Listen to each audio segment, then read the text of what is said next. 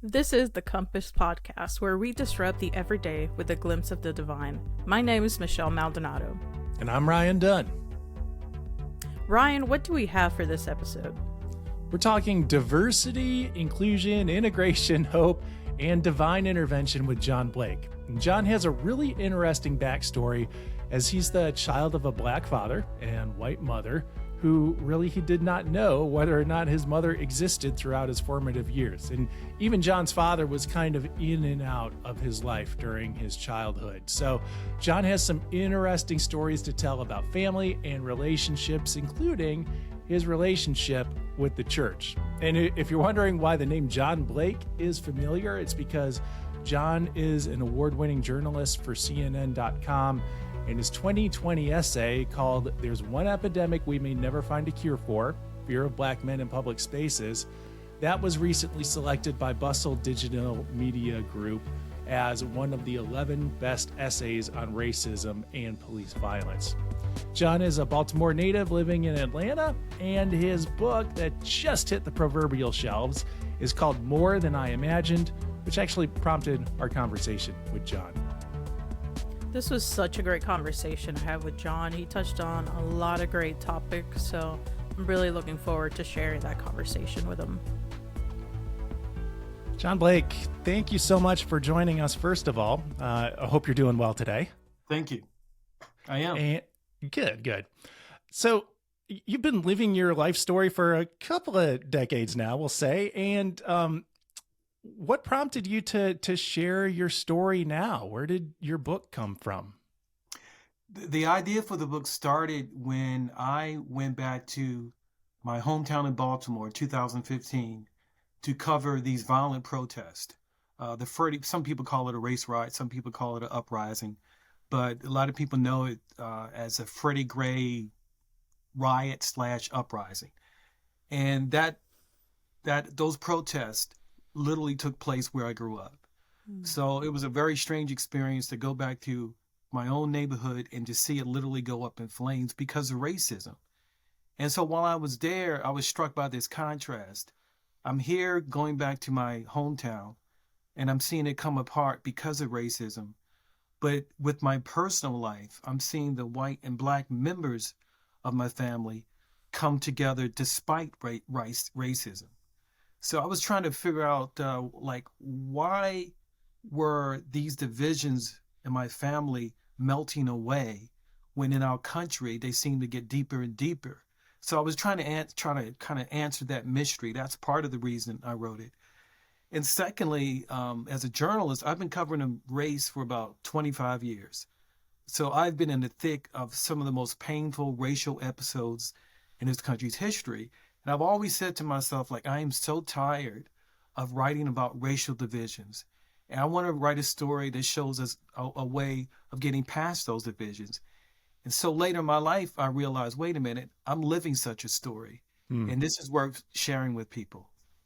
And we probably need to name that for much of your life, you were estranged from the white side of your family. Were you able to get the story from them? If there were events happening at that time that really kind of opened up an awareness for them of moving closer towards you or opening a deeper relationship with you? No, I mean, the white side of my family didn't exist for me for the first 17 years of my life. They rejected me and my brother when we were born. So when I grew up, all the black side of my family told me was this: your mother's name is Shirley, she's white, and her family hates black people. That's all I knew. So I grew up in this all black world in this inner city neighborhood in Baltimore where everybody seemed to hate white people. And so I had no awareness of their existence. I didn't know if my mother was alive. I didn't know what she looked like, the sound of her voice, or anything. It's like what I said in the book. I said I came into the world with half of my identity amputated. So I had no clue to their existence. They had made no effort to contact me. And then suddenly at 17, not long before I'm on my way to college, my father comes to me and said, "Hey, do you want to meet your mother?" So it was like he dropped the bomb on me. I'm like, whoa. And that's when it started, when I met my mom and then meeting her, and I began to meet other members of my white family. And that's when I had to figure out how do you become a family when you know this side of yourself, that they rejected you. Wow, that's a lot for a teenager dealing with already so many things in general, and then that bomb being dropped. Like, wow. Yeah, because when I was born in the mid-'60s, interracial marriage was illegal. There was no Obama, there's no Kamala Harris, there's no Jordan Peele, there were no role models. So where I grew up, it was a mark of shame to have a white mom. That's why I say I grew up in my world is what I call a closeted biracial person. I didn't let any of my friends know that my mom was white. It was a source of shame. And so that in itself was enough to deal with. And then to suddenly at 17 say, okay, you got to meet your mom and you have to learn how to be close to these people who I thought hated me. Yeah, I that was a very surreal experience when I first met her. So in your childhood and youth, church was not a happy or willing choice. At what point did that change and how? In my childhood, you're right, it was not a happy choice. I didn't decide to attend church. I was drafted, by a lot of kids. But it also gave me glimmers of another world, of another way. So it wasn't all bad. But church really proved decisive for me in college. And that is right after I met my mom. So suddenly I have to find a way to connect with her and the white members of my family. And I had all this hostility toward white people. One, because I knew this white side of my family rejected me. And two, because of where I grew up. Nobody liked white people. We hardly ever saw them. So I had to find a way to get over that hostility and find a way to learn how to see white people as just fellow human beings. Church was crucial because when I joined this church in college, I didn't know it at the time. I just joined because some friends had reached out to me. I went to a black college in DC called Howard University. But I didn't know it, but the church I had joined was at the forefront of an interracial movement. It was an interracial church when it was not so cool and very rare. So when I joined church, it was the first time I began to see white people as friends, and I formed friendships with them. And that was key. That was like, it showed me another way to really connect with white people. And words like forgiveness and showing grace to people, that really helped me connect with my mom and her family. In the church, we talk a lot about integration and value diversity, but in practice, it's rarely ever there. So were there some aspects of that church that you were a part of in college that really drew out the diversity and integration in ways that are not so much practiced today?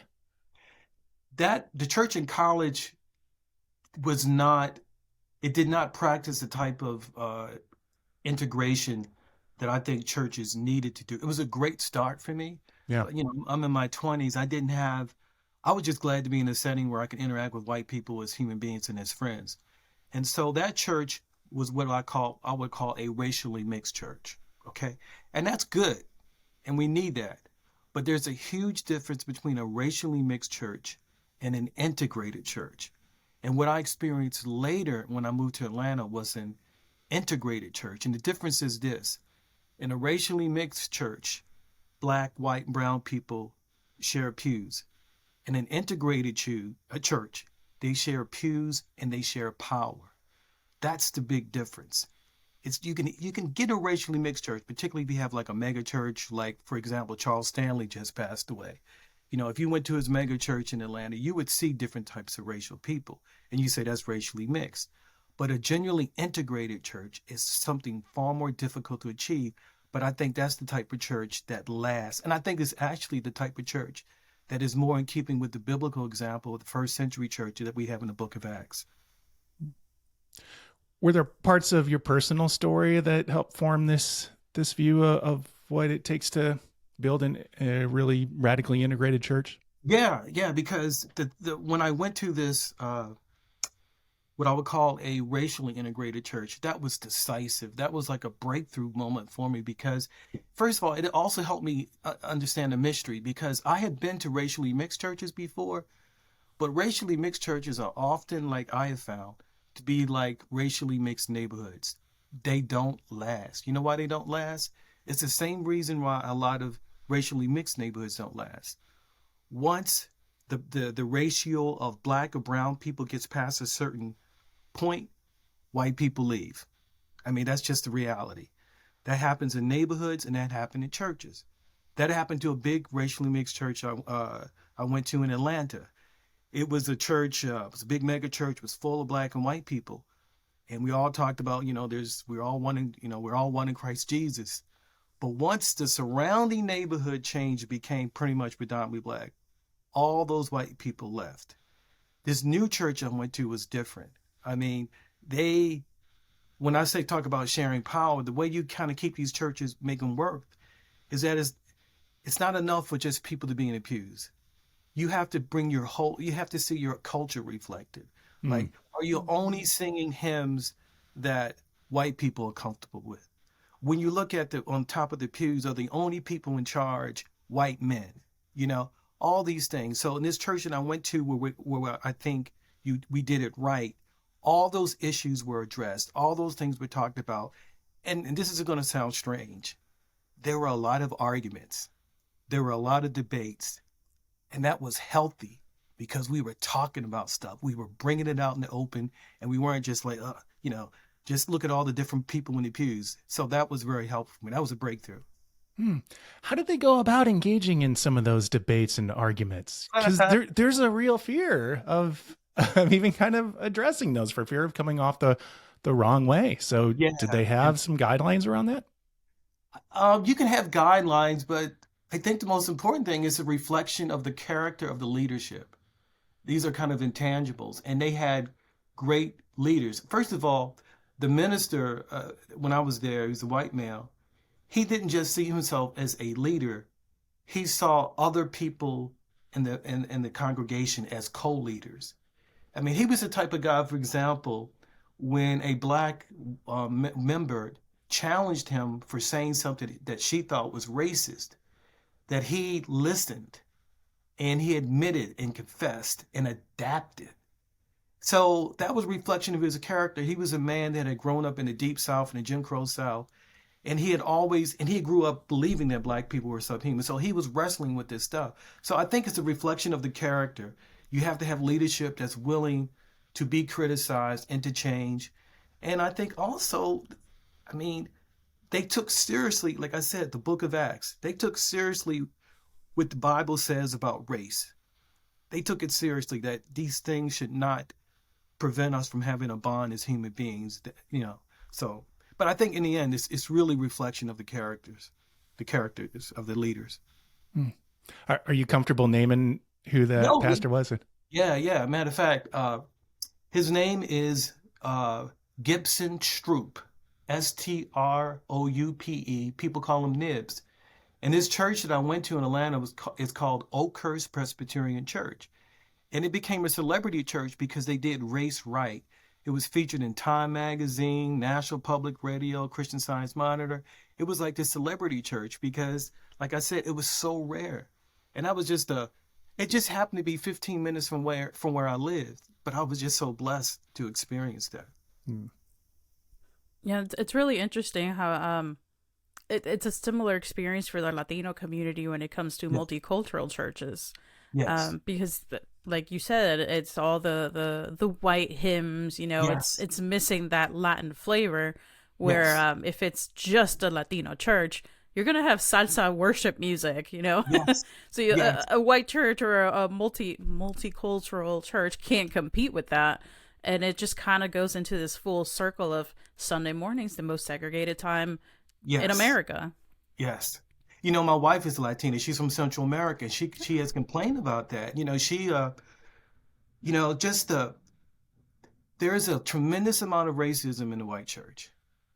Not just among the kind of typical villains we cite now, conservative Christians, but I'm talking about progressive Christians. And I give you an example what I'm talking about. We went to a church, my wife, and She's from Guatemala, and I'm saying it wrong. I know it's all Americanized, but they they established a ministry for the church to serve people in Guatemala. My wife is a daughter of two missionaries from Guatemala. She grew up there, and they never even asked her to be part of the ministry. They just appointed a white male to be the leader, and this is a liberal progressive church. It wasn't conscience. They weren't aware of it. So I think that's the thing. A lot of progressive churches, they absorb a lot of these attitudes as well. Like, for example, if you're Latino, why can't you go to hear some of your language in the worship experience? Why can't you hear some of your song? You know, you should see your culture reflected in a place that you attend. Let's talk about that a little bit, because at a couple points in your book, you also bring up the existent racism practiced by people who proclaim to be advocates or allies. Can you name what a couple of those traits are? That underlying racism that maybe somebody of a progressive mindset might practice? I mean, if I can understand the question, you mean like, what are some of the examples or Yes. traits of progressive Christians acting in racist ways that they're not aware of? Yes. Yeah. Yeah. Thank you for putting. Yeah. Hey, you're good at this. You oughta. I've been wrestling with this stuff most of my life. No, I think like some of I mentioned, like some of it is, look at the pews. Who's standing in the pulpit every Sunday? If it's only white men or only white people, you have a problem. I mean, particularly if you live in a mixed area. I mean, we're so segregated. So if you're a church in Iowa, I get it. But if you're in a large urban city, and you have people of color in a congregation, and your leadership is primarily pretty much all white, that's a problem. Look at the hymns you sing. They reflect other cultures. And I think also just how you deal with conflict. Is this a place where a person of color, brown or black person, will feel free to criticize people in leadership and bring that culture? I give you an example of how this racism works. My brother used to attend this interracial mega church in Charlotte. You go there, it was like the United Nations. And they bragged about it from the pulpit. Oh, there's neither, black nor white. We're all one in Christ Jesus. But the worship style was very, I don't know how I want to say it, Eurocentric. And there used to be this black man who sat on the front row. And he was this large, dark, imposing, physically black man. And when the preacher would preach, he would get up and shout and go to the pulpit and urge him on. Now, that freaked white people out in the church. It didn't freak me out because I grew up in a black church tradition where there was call and response, where black people did that. But it freaked them out so much. Do you know what they did? They asked that man to leave the church. They couldn't deal. It was too unsettling to them because that was another culture's tradition, and they had to have their tradition be the dominant one. And this same church, when the whole George Floyd protest broke out, the white pastor didn't even address the racial justice issue, didn't talk about it, didn't wrestle with it. And most of those people of color left his church, and it's a shell of what it used to be. That's what I'm talking about. And this was we called a progressive church. Yeah. Oftentimes it feels like it becomes a self-fulfilling prophecy, and that, where you say, well, that's not our people. And so we engage in these practices that feed back into that, because we think, well, we're catering to who's here, and just keep catering to who's there. Yeah, what you said, you cater to who's there. And I almost think, it's not even almost think, what's clear is that if the church is going to survive, they have to cater to people who are not there, who are not showing up. As I wrote a story a couple of weeks ago about the future of the church. And it's clear if this church is going to survive in this country, that they have to be able to attract non-white Christians, because that's all these non-white Christians who are living in the global South, in places like South America and Asia, they're coming to the United States. That's where the growth is. That's where the vitality is. If you want to remain relevant, white church, you have to cater to them and make them feel welcome. And a lot of churches just don't know how to do it. So shifting to the hope for the future, during Easter, you published an article precisely about Mhm. hope for the future of the church. What inspired this hope? Um, I think for me, what inspires the hope is like two things. What's happened to my family? Um, there is tremendous pessimism among Black people about whether white America can really change. Mm. And then there's tremendous pessimism, I think, among all Americans about whether we can really have a multiracial democracy and a multi-religious democracy that works. I mean, so many people feel like maybe human beings are too tribal to have this thing work.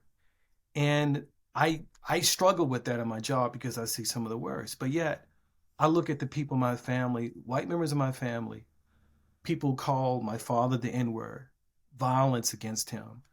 People didn't want anything to do with me, called me a zebra child, zebra child and everything. And that we were able to come together and say, yes, we love one another, we're family. That's a tremendous source of hope. Because if people can change, a country can change. And the other source of hope I have is that the church already has the blueprint for this type of future. I say in a book that when I was in college and this man came to me, knocked on my dorm door and said, I want you to join my church and be a Christian. And he came and talked to me about Jesus, the cross, and salvation. None of that mattered to me. That didn't really have that much effect on me. But when I went to that church and I saw Black, white, and brown people hugging one another sincerely, being friends, going to each other's home, that had a tremendous impact on me.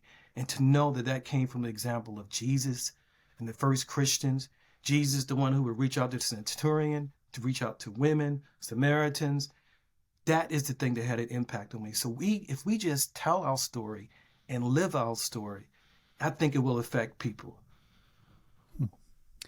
You know, in that moment when you were invited to participate in that first biracial church, you had a fence up about such scenarios because of your lived experience. So what do you feel like it was something supernatural that opened you up to participate in something like that? Or was there, or to find joy in even having those kinds of cross-cultural relationships? There were a lot of different things. And I'm chuckling when you mention supernatural because that is one of the unusual aspects of my story. But to answer it, on one level, it was something that was totally not supernatural. It was just a day-to-day experience of living in a sustained, authentic relationship with people who are different. What happens is people stop being a category and they become individuals, So it's the boring, ordinary stuff, going to people's home, having dinner, seeing them as human beings, talking about your struggles, talking about your life. And that's the same thing that happened to my family. I mentioned my Aunt Mary, who didn't want anything to do with me. And I had tremendous hostility when I met her. This is my mother's sister. And I said that as we got to know each other, there was this point where she stopped being a white woman and became an individual, my Aunt Mary. So I think that's sustained contact. That was the thing, nothing dramatic, just time, relationship, community. That changed me. And then, of course, there's an unusual element to my story that will be called supernatural that I can talk about if you want, but it might sound very strange, but that was also very pivotal. Yeah. Well, let's go there. Let's hear the supernatural movement. Yes. Okay. So this is the strange part of my story. And I don't know if you came across this, Michelle. And I know sometimes as journalists, we don't really have time to, really read a book in depth or anything like that. But one of the things that happened to me as a kid is that, and this is with my brother, we had no contact with any white members of my family, like I said, until I was 17. In some ways, that's kind of true, but in some ways it's not true because when we were about like 7 or 8, we had an experience where my brother and I were, sleeping one night and we get a visitation. We wake up and we see a white man walking through our bedroom. And I thought I was hallucinating. My brother thought he was hallucinating. But when I awakened the next morning, there were footprints all over the floor. He left footprints. He left evidence that he had been there. And we could never figure out who this white man was. And then finally, when I met my mom years later, and I began to see pictures of her family, and we saw a picture of my mom's father, the one who hated Black people, it was that man. Oh. And this man, now, so what do you do with something like that? You know what I did? I ignored it and lived my life. Because what can I do with anything like that? I didn't tell anybody about that. However, I couldn't ignore it because when I got married, well, let's put it this way. Usually when you get married, you tell people about your family, like, this is the uncle I want you to meet. Well, I didn't tell my wife that I had a relative that had visited me who wasn't alive. But what happened after we got married, she awakened in terror on 2 different occasions a night, saying, I'm waking up and I'm seeing this white man standing by the bed looking at you with this troubled expression on his face. And it was my grandfather. And the part of my story is I had to figure out, what did he want from me? Why was what were these visitations about? And the thing I concluded is this. When we talk about racism, a lot of people will say racism hurts white people. And I believe that's true at least on one level. We talk about how, for example, poor white people will vote against their economic interests because of racism. However, I think racism hurts white people on another level. I think it's something that's destructive to the human soul. My white grandfather had tremendous racism in his life. He never bothered to have a relationship with me, and he died never knowing me. What I believe is that he was tormented by that, and he was felt guilty by that. And so what I said in the book is, in a way, he haunted me, but I haunted him. And the only thing that really stopped those visitations is when I consulted a minister, and he said, you have to pray for him and you have to forgive him from your heart. And when I did that, everything stopped. Wow. Thanks for sharing that story. Yeah. But that's the part of I didn't know whether to include that in the book. I had friends say, man, you don't want to go there. Don't put that there. But it was pivotal to me because you can't forgive anybody you don't know. So I had to get to know him. And this is crucial to me. I had to learn that you can't define a person by their worst act. Yes, my grandfather had rejected me. He had used the N-word, but there were these other sides of him that were good.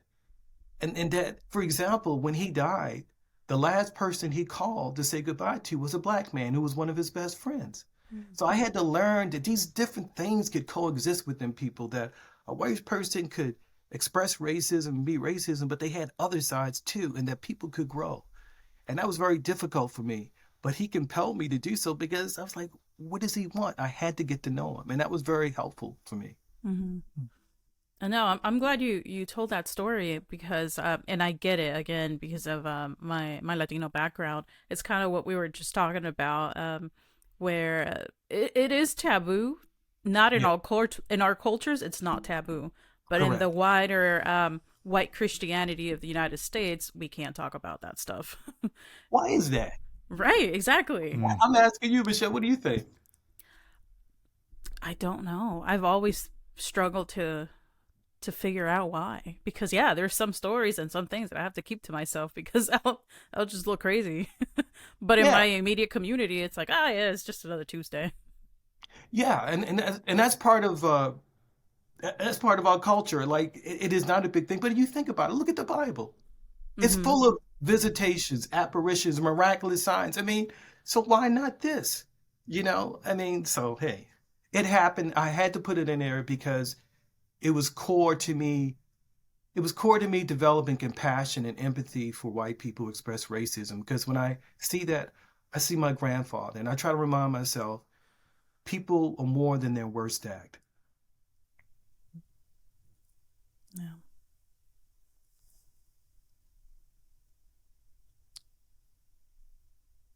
So, in the midst of this search, you were simultaneously dealing with the imposter Christianity, which I love that term, imposter Christianity. How were you able to still keep your faith and dealing with that as well? Yeah, it's funny you say that because typical stories about biracial people, what they write is stories about the tug of war between their white and black identity. Like, I don't know if I'm white, I don't know if I'm black, I don't know where I belong. Okay, I experienced some of that. But the biggest struggle between my dueling identities occurred between my identity as a reporter and journalist and my identity as a just a private person.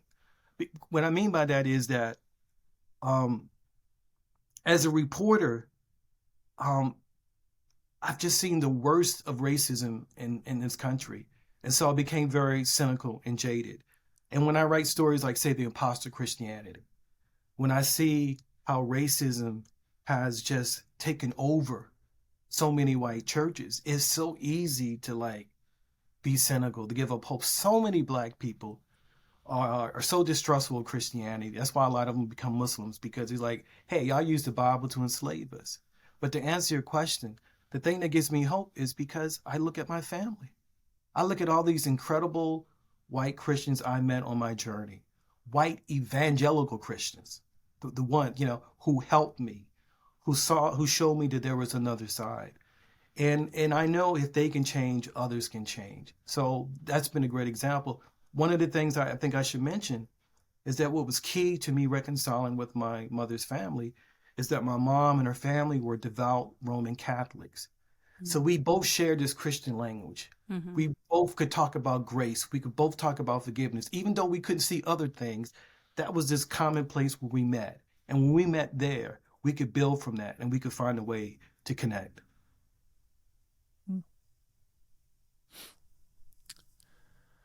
John, thank you so much for dedicating some time with us this morning. For folks who want to track along with what you're doing, you have a number of places where people can find you. Is there one specific spot online where people might get in touch with you or your writings? Yeah, it's easy. I have a website, johnkblake.com, and you can contact me there. I'm on Facebook and Twitter. I'm easy to reach, and I know I'm easy to reach because I get hate mail. So they find me pretty easily, so you should be able to find me easily. So yeah, I'm pretty easy to get in contact with. All right. And I've got one final question. It kind of comes out of left field, but Sure. On this podcast, we love to kind of highlight the strange and wonderful and surprising ways that the movement of God is happening in the world. And you've recently put up an article that talks about the monster culture in America. And Yeah. how might that send a message of hope for people who are seemingly, I don't know, not getting together, not integrated, or feeling divided? Well, it's funny. Okay, the monster culture. I think that is a out of the left field. I just found it so compelling. I was like, oh, It's a good question because I think it points to something I was reading today, and it's something I talk about in my book. Okay, so there's this conventional idea that the way you reduce racial prejudice is that you get, black, white, and brown people together to talk about race, diversity training, the national conversation of race. We've been having those conversations for a while. I don't think that's true. And I talk about it because social science backs that up. I talk about this person in my book called Gordon Allport, who was a psychologist in the 20th century. He was a giant. And he talks about something called contact theory. And he says, when you get different groups together to talk about race, that might work a little bit. But if you really want to get different groups together and reduce racial prejudice, you get them together where they have another larger common purpose beyond talking about race. I'll give you an example to make it less concrete. Remember movies like Remember the Titans? There are all these sports movies where people are divided by race. But once they join the same team, and they try to all go out for the championship, all those racial differences kind of, just melt away. Yeah. Because they have a larger purpose beyond talking about race all the time. And so that's a key thing, a key finding, I think, in reducing race. That if we want to reduce racism in this country, one of the best things we can do is get people together for a larger common purpose, for something other than race. And in doing so, they will see their common humanity. So, for example, monster culture, you mentioned that. There's a whole world of ghost hunters out there, whole subculture of, Bigfoot chasers and everything. When you get all these different races, people come together for that. They're not talking about race, but together for something larger. That's when the magic happens. That's when people start to see each other's common humanity. That's what happened when I became a Christian. I didn't go to those Bible studies to talk about racism, but me going there for a larger common purpose, to become a Christian or to learn about the gospel, I began to see the common humanity in people, and that really helped. And that's why a lot of people say one of the best ways we could probably reduce racism in this country if we had, like, say, a program for national service. Like, what if you had a program that kids out of college could volunteer for to clean up America, something to improve America, but you bring together people of all these races, religions, ethnicities. That's when people's racial attitudes change. So whether it's chasing monsters, whether it's, getting in a national service program, whether it's like joining a church, that's one of the keys I find. Well, thanks for that perspective and for bearing with me on that. No, that's right. I told you can ask anything you want. All right, we have been disrupted by looking at faith and integration with John Blake. Thanks for taking this walk with us. The Compass podcast is brought to you by United Methodist Communication. If Compass has been meaningful for you, then check out another episode. I think episode 89 with Damon Garcia about radical Jesus is a great follow-up to this one. And episode 104, talking about saints with Joseph Yu, is full of more just kind of interesting stories. So while you're listening to those, leave a rating and or review. Compass comes out every other Wednesday unless we are interrupted by a holiday, in which case we'll hit your feed the following week. But we'll be back online within 2 weeks' time in that case.